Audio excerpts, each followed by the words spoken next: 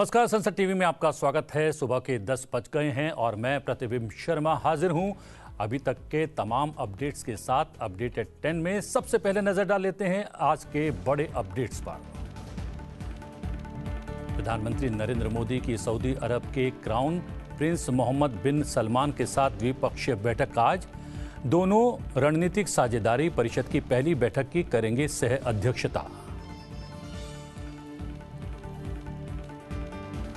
18वां G20 शिखर सम्मेलन नई दिल्ली के भारत मंडपम में हुआ सफलतापूर्वक संपन्न। समापन के बाद भारत मंडपम में क्राफ्ट बाजार पहुंचे पीएम मोदी। मीडिया सेंटर में मीडिया कर्मियों से भी की मुलाकात।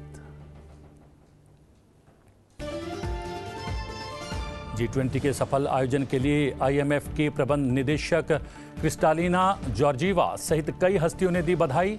राज्यसभा सभापति जगदीप धनखड़ और लोकसभा अध्यक्ष ओम बिरला ने आयोजन को बताया ऐतिहासिक।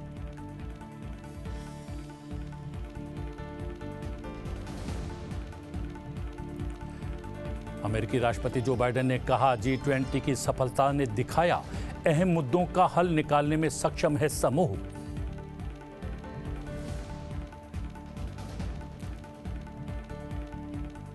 एशिया कप सुपर 4 का बारिश से बाधित भारत पाकिस्तान मैच आज रिजर्व डे पर किया जाएगा पूरा।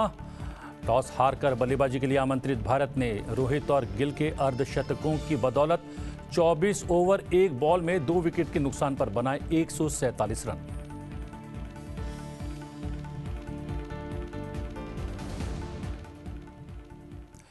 प्रधानमंत्री नरेंद्र मोदी आज सऊदी अरब साम्राज्य के क्राउन प्रिंस और प्रधानमंत्री प्रिंस मोहम्मद बिन सलमान बिन अब्दुल अजीज अल सऊद के साथ द्विपक्षीय बैठक करने वाले हैं। दोनों नेता रणनीतिक साझेदारी परिषद के नेताओं की पहली बैठक की सह अध्यक्षता भी करने वाले हैं।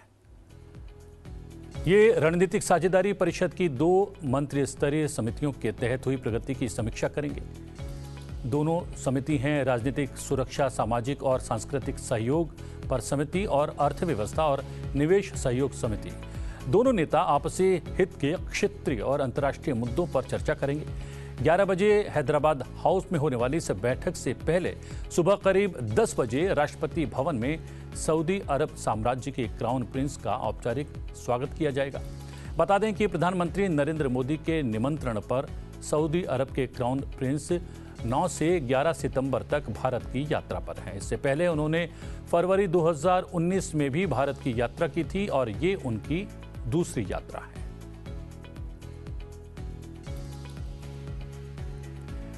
अमेरिका के राष्ट्रपति जो बाइडेन ने रविवार को कहा कि इस साल के G20 शिखर सम्मेलन ने साबित कर दिया है कि ये समूह अपने सबसे अहम मुद्दों का अब भी समाधान निकाल सकता है। शिखर सम्मेलन में भाग लेने आए बाइडेन महात्मा गांधी के समाधि स्थल राजघाट पर उन्हें श्रद्धांजलि अर्पित करने के बाद रविवार सुबह वियतनाम के लिए रवाना हो गए थे।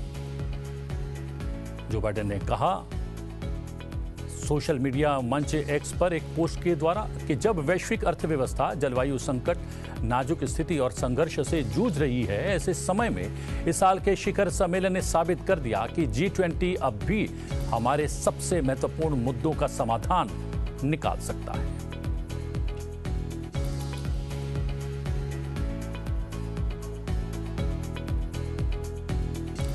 भारत की G20 की अध्यक्षता से कई ठोस नतीजे सुनिश्चित होने के बीच 2 दिवसीय शिखर सम्मेलन में विश्व नेताओं ने प्रधानमंत्री नरेंद्र मोदी की उनके नेतृत्व और वैश्विक दक्षिण की आवाज उठाने के लिए जमकर सराहना की है। भारत की G20 की सफल अध्यक्षता के लिए अंतर्राष्ट्रीय मुद्रा कोष की प्रबंध निदेशक क्रिस्टालिना जॉर्जीवा ने बधाई दी है। आइए सुनते हैं उन्होंने अपने बधाई संदेश में क्या कुछ कहा है। मैक्रों के बीच लंच पर One future. Under this motto, the Indian presidency of G20 united all to address the global challenges in front of us. Climate change and how more financing can go to emerging markets and developing economies, more private sector engagement to come to bear.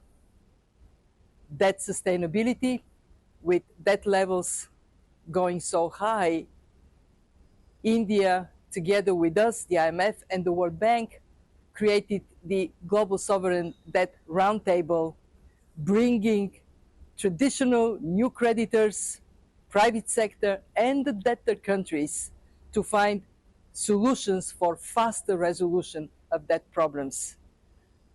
Crypto assets and how regulation can be put in place. We contributed to a roadmap so over the next months progress can be made in that area.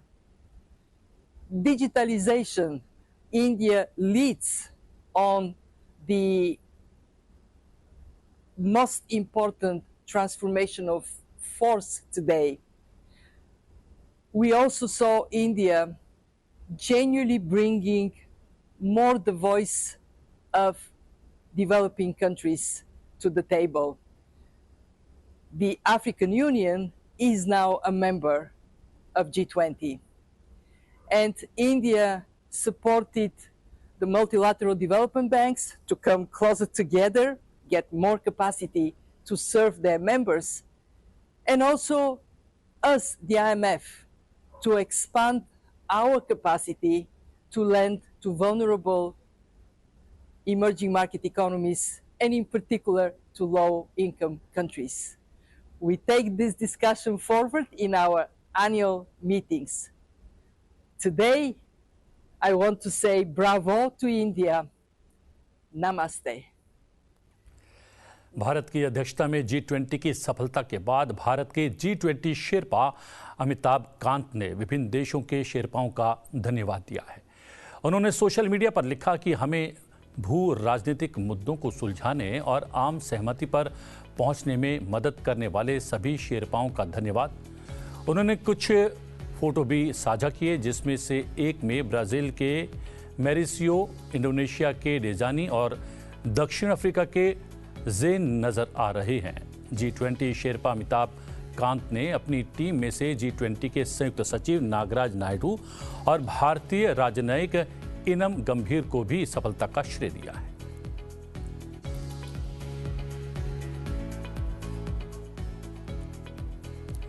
G20 के सफल आयोजन के लिए प्रधानमंत्री को लगातार शुभकामनाएं मिल रही हैं। अभिनेता शाहरुख खान ने प्रधानमंत्री मोदी को दुनिया के लोगों के बेहतर भविष्य के लिए राष्ट्रों के बीच एकता को बढ़ावा देने के लिए बधाई दी है। शाहरुख खान ने सोशल मीडिया पर एक पोस्ट में कहा कि G20 के सफल आयोजन ने हर भारतीय के दिल में सम्मान और गौरव की भावना पैदा की है। आपके नेतृत्व में हम अलगाव में नहीं बल्कि एकता में समृद्ध हो रहे हैं।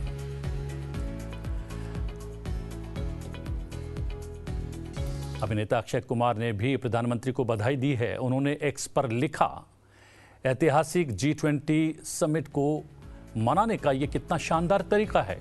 भारत के नेतृत्व ने साबित कर दिया कि वसुधैव कुटुंबकम की नई विश्व व्यवस्था की ही वास्तविकता है। गौरवान्वित भारतीयों के रूप में आज हमारा सर ऊंचा है। उन सभी को धन्यवाद जिन्होंने हमें दुनिया के शीर्ष पर महसूस करवाया।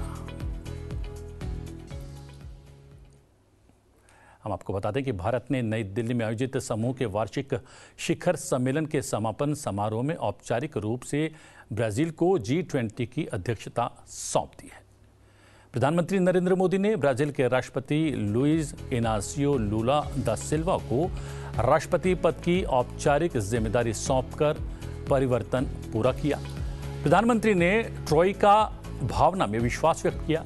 उन्होंने आगे उल्लेख किया कि भारत के पास अभी भी अगले 2.5 महीने के लिए इसका अध्यक्ष पद है और आगे के विकास का विश्लेषण करने के लिए नवंबर के अंत में एक आभासी शिखर सम्मेलन का प्रस्ताव रखा है। आइए सुनते हैं नई दिल्ली में G20 शिखर सम्मेलन के समापन पर प्रधानमंत्री ने क्या कहा। ब्राजील को हम पूरा सहयोग देंगे और हमें विश्वास है कि उनके नेतृत्व में G20 हमारे साझा लक्ष्यों को और आगे बढ़ाएगा। मैं ब्राजील के राष्ट्रपति और मेरे मित्र लुला डी सिल्वा को हार्दिक शुभकामनाएं देता हूं और मैं उनको I प्रेसिडेंसी का गेवल सौंपता हूं।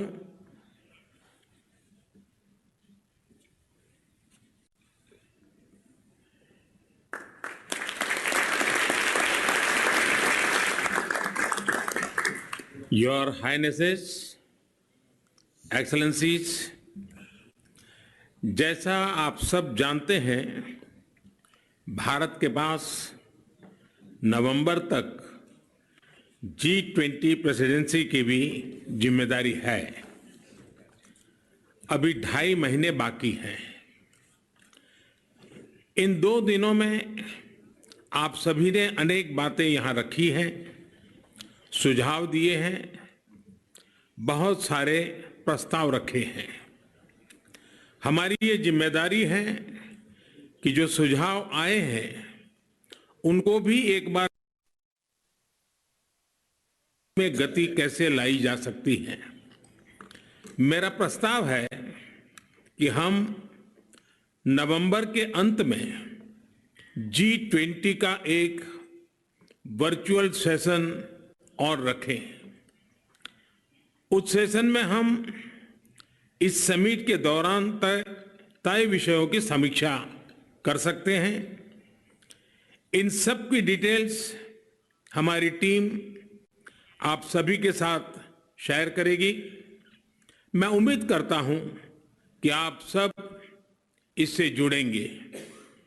योर हाइनेसेस, एक्सेलेंसीज, इसी के साथ मैं G20 समिट के समापन की घोषणा करता हूं। One earth, one family, one future का रोड मैप सुखद हो।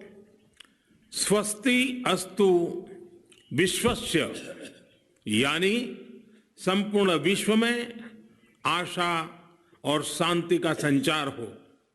140 करोड़ भारतीयों की इसी मंगल कामना के साथ आप सभी का बहुत बहुत धन्यवाद। उपराष्ट्रपति जगदीप धनखड़ ने नई दिल्ली में G20 शिखर सम्मेलन के सफल आयोजन के लिए भारत और दूरदर्शी नेतृत्व को बधाई दी है। एक सोशल मीडिया पोस्ट में उन्होंने G20 नई दिल्ली लीडर्स घोषणा पत्र पर विश्वास व्यक्त करते हुए कहा कि इससे वैश्विक सहयोग की रूपरेखा तय होगी। सम्मेलन को ऐतिहासिक बताते हुए उपराष्ट्रपति ने कहा कि समस्त मानवता के समक्ष साझा समस्याओं के समाधान की तत्काल आवश्यकता के बारे में विश्व नेताओं के बीच आम राय बनाने के लिए इस सम्मेलन को याद किया जाएगा। लोकसभा अध्यक्ष ओम बिरला ने रविवार को G20 शिखर सम्मेलन की सफलता पर प्रधानमंत्री नरेंद्र मोदी को बधाई दी। उन्होंने कहा कि हमारे G20 अध्यक्ष पद की ऐतिहासिक सफलता पर प्रधानमंत्री नरेंद्र मोदी जी को मेरी ओर से हार्दिक बधाई। ये भारत के वैश्विक नेतृत्व और वैश्विक समुदाय द्वारा एक दुनिया, एक परिवार और एक भविष्य के प्रति प्रतिबद्धता की गवाही देता है। प्रधानमंत्री के नेतृत्व में समावेशी विकास की मजबूत नींव के साथ शिखर सम्मेलन बेहद सफल रहा। प्रधानमंत्री नरेंद्र मोदी ने G20 शिखर सम्मेलन के इतर फ्रांस, जर्मनी, तुर्की, कनाडा, दक्षिण कोरिया के राष्ट्र प्रमुखों और अफ्रीकी संघ के अध्यक्ष के साथ द्विपक्षीय बैठकें भी की। बैठक के दौरान प्रधानमंत्री मोदी ने फ्रांस के राष्ट्रपति इमैनुएल मैक्रोन के साथ पिछले साल जून में हुई मुलाकात के बाद दोनों देशों के द्विपक्षीय संबंधों की प्रगति की समीक्षा की। दोनों नेताओं ने अंतर्राष्ट्रीय और क्षेत्रीय घटनाक्रमों पर विचारों का आदान प्रदान किया और एक संयुक्त बयान के अनुसार भारत और फ्रांस में बुनियादी ढांचा, कनेक्टिविटी, ऊर्जा, जैव विविधता, सततता और औद्योगिक परियोजनाओं समेत भारत प्रशांत क्षेत्र और अफ्रीका में आपसी भागीदारी पर चर्चा जारी रखने का फैसला लिया। फ्रांस के राष्ट्रपति मैक्रोन ने राष्ट्रीय राजधानी में अंतर्राष्ट्रीय मीडिया केंद्र में संवाददाताओं से कहा कि G20 सम्मेलन ने दुनिया भर में एकता का संदेश दिया है। उन्होंने कहा कि भारत और फ्रांस अपना रक्षा सहयोग और मजबूत करेंगे। उन्होंने कहा कि भारत और फ्रांस विश्व की मौजूदा स्थिति को परिलक्षित करने के लिए अंतर्राष्ट्रीय संस्थानों में सुधार पर एक दूसरे को सहयोग देते रहेंगे।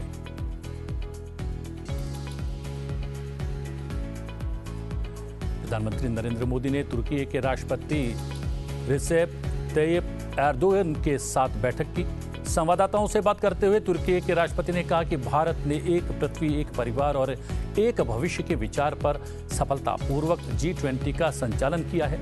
संयुक्त राष्ट्र सुरक्षा परिषद के विस्तार पर उन्होंने कहा कि प्रत्येक सदस्य देश को इस सदस्य बनने का अवसर मिलना चाहिए। उन्होंने सुरक्षा परिषद में भारत की स्थायी उम्मीदवारी का समर्थन किया।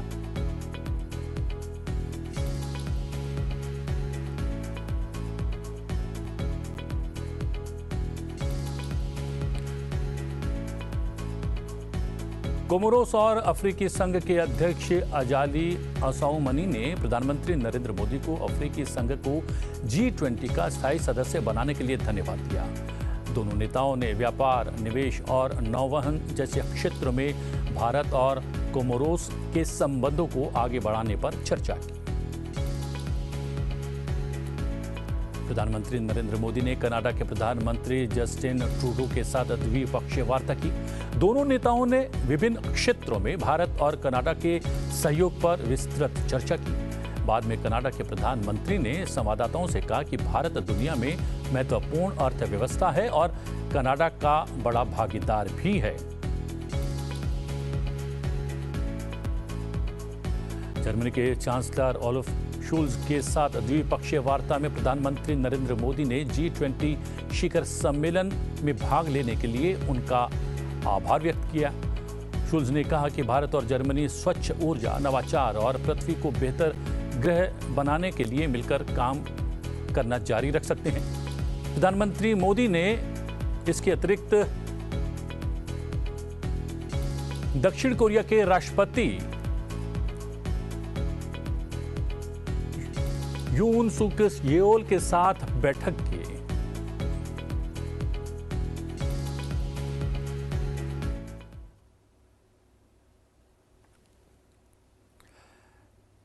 जी हां, खबरों को हम आगे बढ़ाएंगे। इस दौरान 10 सितंबर को G20 शिखर सम्मेलन के पहले दिन 3 द्विपक्षीय बैठकें हुई। प्रधानमंत्री नरेंद्र मोदी ने 3 देशों ब्रिटेन, जापान और इटली के साथ द्विपक्षीय वार्ता की। प्रधानमंत्री ने ब्रिटेन के प्रधानमंत्री ऋषि सुनक के साथ ही द्विपक्षीय वार्ता हुई।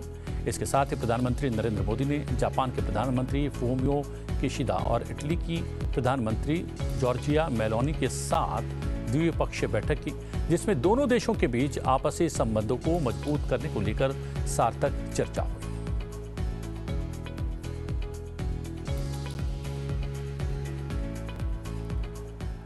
अपडेट एट 10 में आगे बढ़ें उससे पहले लेते हैं एक छोटा सा ब्रेक। कहीं मत जाइएगा, संसद टीवी के साथ बने रहिएगा।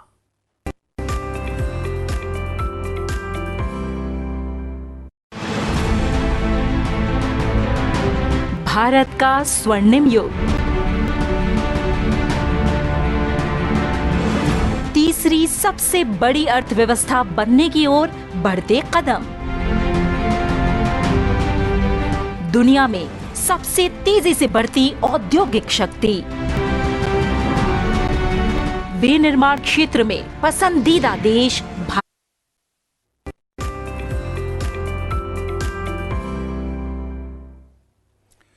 जी हाँ, सीधा राष्ट्रपति भवन चलेंगे, जहां पर स्वागत किया जाने वाला है। हमने आपको पहले ही जानकारी दी थी। जिस तरीके सऊदी अरब के देख सकते हैं आप सीधी तस्वीरें, राष्ट्रपति भवन की ये तस्वीरें हैं।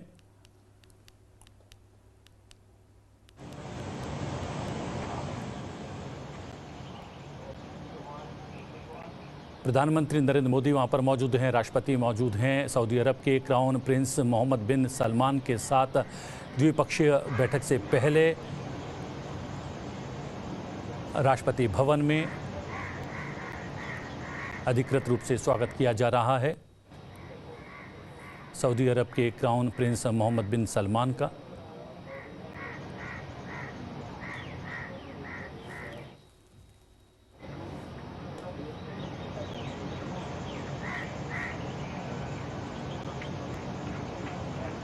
गार्ड ऑफ ऑनर पेश किया जाता हुआ राष्ट्रपति भवन के अंदर सऊदी अरब के क्राउन प्रिंस मोहम्मद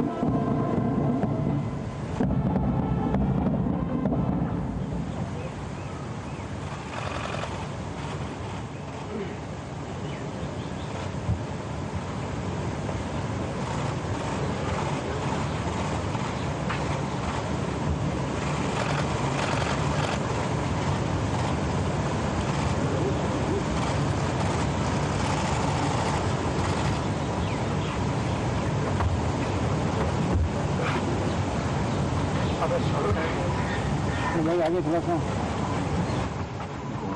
भाई हेलो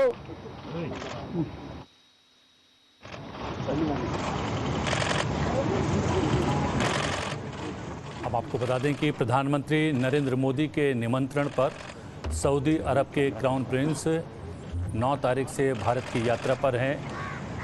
ये आज उनका भारत की यात्रा का आखिरी दिन होगा।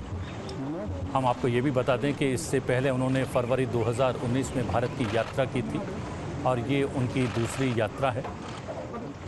और हम ये भी बता दें कि राष्ट्रपति भवन के बाद सऊदी अरब के क्राउन प्रिंस हैदराबाद हाउस जाएंगे। वहां प्रधानमंत्री नरेंद्र मोदी के साथ उनकी द्विपक्षीय वार्ता है।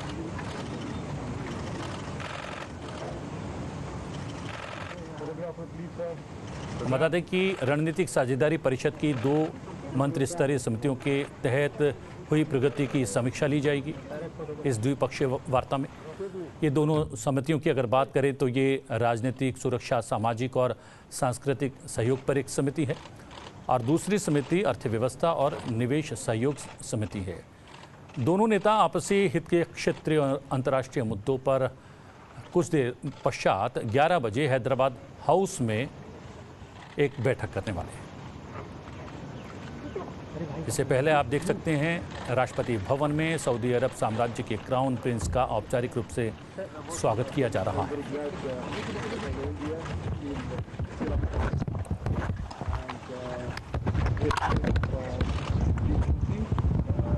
Well done with a great agenda and a lot of announcements that will benefit both country and G20 country and the whole world. So I want to say to India, well done, and we're going to work to create a great future for both countries. Thank you.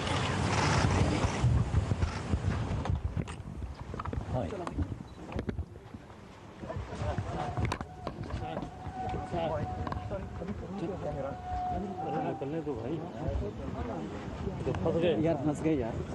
चलो चलो, अरे इनको हटाओ। चलो चलो,